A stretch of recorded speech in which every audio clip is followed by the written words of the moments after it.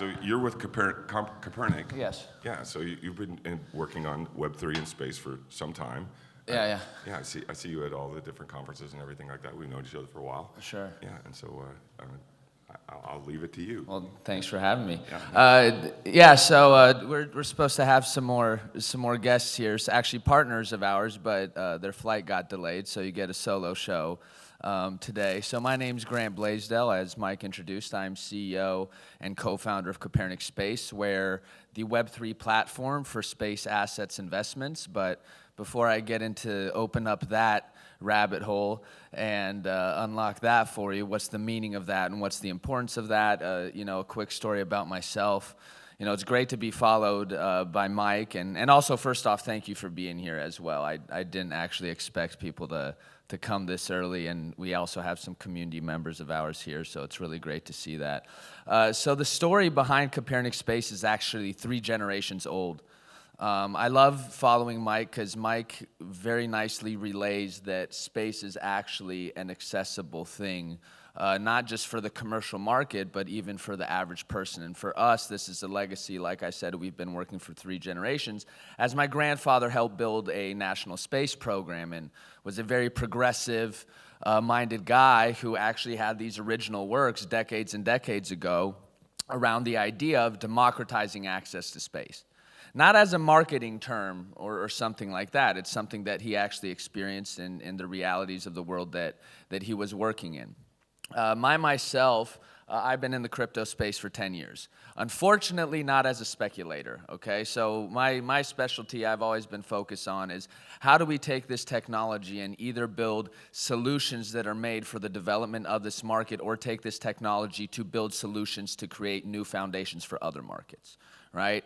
Originally got into this through digital media platforms, which at the end of the day in today's economies, and what you're going to even see in the space economy, is really that this is intellectual property in some digital format that's moving and being commercialized and generating revenue and providing utility around the world. Right? So the story behind Copernic Space started after I co-founded and was chief marketing officer of CoinFirm, which is one of the leading analytics and companies in crypto, actually headquartered here in London, so a lot of people in London know me from that. But as I mentioned, this story behind Copernic Space is 3 generations long. It also includes my mother, who's known as Lady Rocket. She's my co-founder in this company. And about 7 years ago, we realized that, the largest, most important opportunity in mankind's history is going to be in the space market, in the space asset class. And this is in 2 ways. Economically, of course, but also in benefits that it can provide to life here on Earth, which in the NFT world, we kind of like to say utility, right? So how do we build for a market that people don't understand? Space is not some immature market. It's already a $500 billion market. It's set to be $1 trillion by the end of this decade. Our team member, who's the former head of space commerce for the U.S. Department of Commerce, actually thinks it's more like $3 trillion by the beginning of the next decade, right? But the thing about space is, like, space never really was privatized or mature enough to enter into, like, the web realities, digital commerce, these things that we do normally, like in apps on a day-to-day basis, even though the majority of the technology in your phone and stuff is created by space applications originally. Another thing people don't really see on this market. So once again, these benefits that can be provided on Earth. So how do we build this economic infrastructure for the space economy that's democratized, right? Mike was talking about, how Space Plus NFT, which is Uplift Aerospace, also friends and partners of ours, how applying this technology has enabled Mike and loads of other peoples to have access to space. We're looking at it from an operating system sort of sense.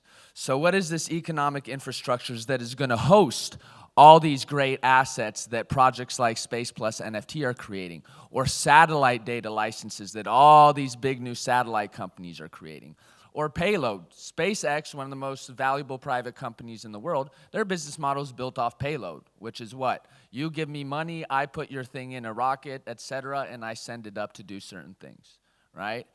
The thing about space is, where do you go to discover this, right? Do you have a central point A to discover all these great opportunities? B, are you capable of actually having commercial or economic engagement with these assets? Where is the marketplace for space, right? And we approach this from two ways in Copernic Space.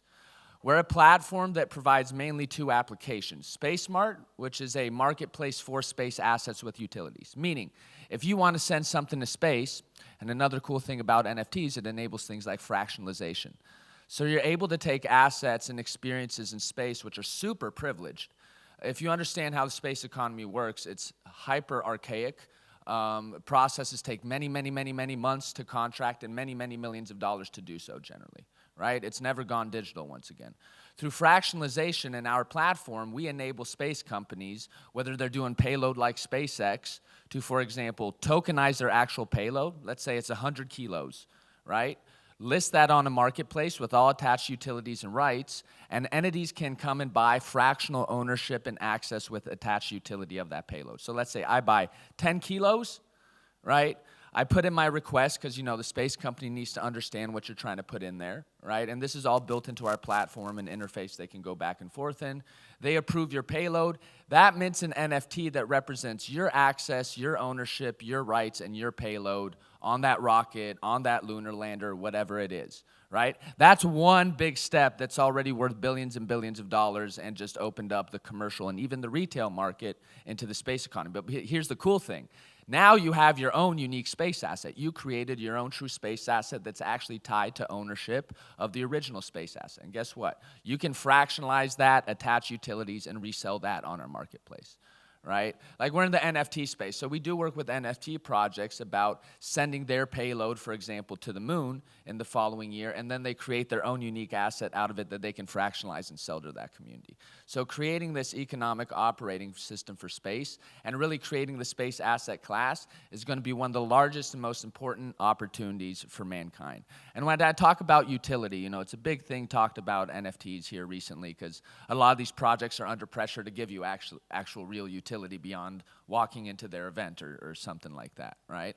So with us, for example, take satellite data, which we love. We think that's going to change the world, right? Whether environmental causes is your thing, whether you're looking at taxes, whether you're an insurance company, being able to democratize access to satellite data and imagery is going to change how this world works. So how does that work in our case? Instead of having to manually discover all these companies, call them $1 million contract, et cetera, you enable these companies to tokenize, let's say, a license to access an API, a data set to query these satellite images. And let's say, I want to buy 10 images. Okay, here's your license, 10 images. It's actually an NFT. And through that NFT, you access the API or the data set under that license securely peer-to-peer, right? And then you have a secondary market to trade all this stuff, right? So you can turn space economy into an actual economy that even the average person can not only access, but maybe potentially generate their own assets and revenue out of, right? So that's like commercialization. But the big thing people really want to get into is investment. Space is really privileged, okay? Whether it's you're trying to send something into space or whether you're trying to invest in space. Try to invest into SpaceX, right? You have to know people to be able to do that, right? And all these space companies need access to new liquidity, right? Who was here for the ICO market in 2017, 18? A lot of these companies out here, a lot of the biggest companies in crypto were funded by you guys, right? Not VCs. You guys outfunded all the VCs in the world combined. Space is going to be the same sort of thing. It's very high risk, very high reward sort of market, right? With long return times for liquidity. But what if you're able to tokenize these assets and offer them actually to the public market with a secondary market attached, right? And this is what I mean by creating this economic infrastructure for space that's democratized, that enables every single one of you. There's a reason why every single billionaire, pretty much, the richest, most powerful people in the world, some are even quitting their jobs at the company that made them that to go into space. These people aren't stupid. They understand something is going to be there, and it is going to be the next actual revolution, discovery of the new world. And if you're talking to all these brands here, right? So one thing Space Plus NFT is doing that's really great that we collaborate with them around is integrating brands, artists, et cetera, into actually going to space and creating their own unique space assets out of it. Brands have two places to go right now, right? Everything's pretty much been done on Earth. That's why they're so interested in the metaverse. It's an escape for them forward into another realm where they can generate experiences and earn money off of you. The only other place is space, right? Metaverse has low barriers to entry. Space has some of the high. pretty much the highest barriers to entry on Earth. So how do we break down those barriers of entry so that everybody here can have economic ownership, empowerment, and actual utility in space if they choose to have utility in the space economy, right? You can look at it through farming. I mean, it's really hard for people sometimes to see how these things could affect them. You might have family back home where you're from where agriculture is a way of life where they're dependent on it, right? No more are the days where only big governments or multinational corporations are going to have access to these sort of assets. It seems unreal at a certain point, but within about 5 years, these will be functional things that you'll be able to do. So just in the last few minutes of what we're doing, I want to relay, what we're bringing to market so this doesn't just seem abstract. What we've launched this past year is something called SpacePool. So we've invested for years into space art, space artists. We did the first ever space art NFT exhibition, a physical one in Palm Beach.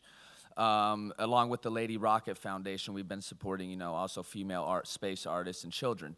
We got a lot of pressure from space organizations, projects similar to Space Plus NFT, creators and artists around the world, to really fulfill a plan that we had anyways, which is, hey, there's no home for space art, collectibles, music, et cetera, in the digital world. There's thousands of creators around the world. There's thousands of collectors around the world. You guys are the ones to build that. So we built that and launched this year. There's some creators actually on SpacePool in this room right here. We have hundreds of space creators on it. We've launched philanthropic initiatives with it, such as Satellite Rhino, which is in partnership with Saving the Survivors, to use satellite data to help better fight poaching of endangered animals in South Africa, and they're a leading organization doing that. Because once again, a lot of organizations around the world are using very archaic methods that satellite data and imagery could revolutionize. So we use art to inspire and bring and onboard a lot more people into the space economy in these initiatives. We have other ones that are focused around our Ukrainian artists and really helping them and their realities on the ground as well. So we launched that this year, as well as a proof of concept for the first ever tokenized lunar payload. Meaning, we took payload going to the moon on a lunar rover, tokenized it. Once again, we're a Web3 platform. These aren't our assets. We host these assets, enable space companies to tokenize them. But either way, this company tokenized their physical cargo on a lunar lander so that the commercial market could buy fractional ownership of it, send their lunar cargo up to the moon, and then have their own space asset out of it, right? So we created this standard for how to do that in the digital world. And this leads up to what we're doing at the end of this year, which is the launch of the first ever lunar asset sale.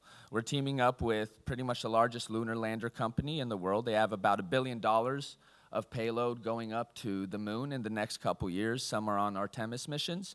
And we're creating the standard with them for both physical and digital payload, meaning not only can you buy access and ownership of physical space on the moon and utilize it in some way and create your own asset out of it, but you can do so digitally at a much more economic price. Meaning, let's say you're an artist, you want to send something digitally up, you're a musician. I also have a music company. We're working with some major label artists to actually send their music to the moon and create a unique music moon asset out of it to be further sold. As this market develops, you're going to see it's going to create much more advanced solutions like IoT devices going up there. Nokia sending internet up to the moon on the rover I was talking about earlier. So this market's going to advance. By the end of next year, we're launching SpacePool. SpacePool is the DeFi investment app for space that I was talking about. And just understand that this doesn't mean only investing in shares that are tokenized that you can trade. This means that you can invest in the creation of space assets and then earn off the revenue that these space assets are going to generate and trade that on a secondary market if you want. So in one place, you're going to have this whole operating system for the space economy that's going to enable every single one of you, and it's going to host, great projects such as Space Plus NFT and some of these assets that they're going to be developing. I know it's a lot at once, but space is going to be the most valuable and important asset class in the history of Earth, and your guys' participation in it, not just billionaires, is going to be crucial for its success and life on Earth. So thank you, everyone. Grant Blaisdell, thank you.